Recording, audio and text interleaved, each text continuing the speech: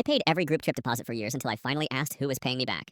For as long as I can remember, I was the one who just put it on my card. Flights, hotels, Airbnbs, rental cars. It always started the same way. Someone would say, "Can you book it? We'll all send you the money." And I would, because it was easier, because I trusted them, because I didn't want to be the difficult one. The first time it happened, it was a weekend trip. The total was $1,148. Everyone promised to Venmo me within a day. Two people paid immediately. One paid a week later. One never did. When I reminded them, they said, "I thought I already sent it." I didn't push, I covered it. After that, it became a pattern. Every group trip somehow turned into me fronting the costs. Your credit score is better. You're good with numbers. It's just temporary. I told myself it would even out eventually. It didn't. On one trip, my sister upgraded her room and said she'd cover the difference. She forgot. On another, my brother canceled last minute and said, "Just keep my spot. I'll pay you back." He never came. He never paid. Someone always had a reason. Last year, we planned a week-long vacation. The total hit my card at $4,732. I stared at the number longer than I should have.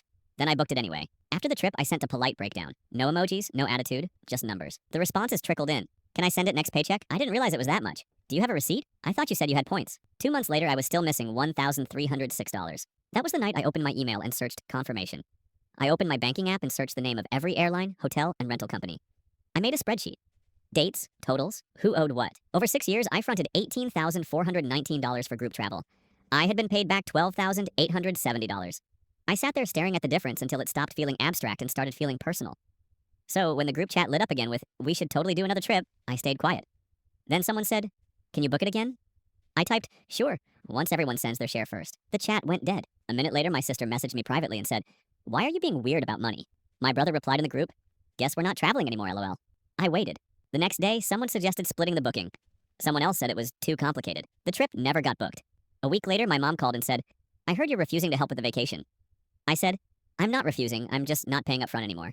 She sighed and said, "You've changed." She was right. I stopped floating everyone else's fun and started letting it cost what it actually cost. No more reminders, no more awkward follow-ups, no more pretending it didn't bother me. The trips didn't stop because I said no. They stopped because no one wanted to pay. Am I wrong? Tell me in the comments.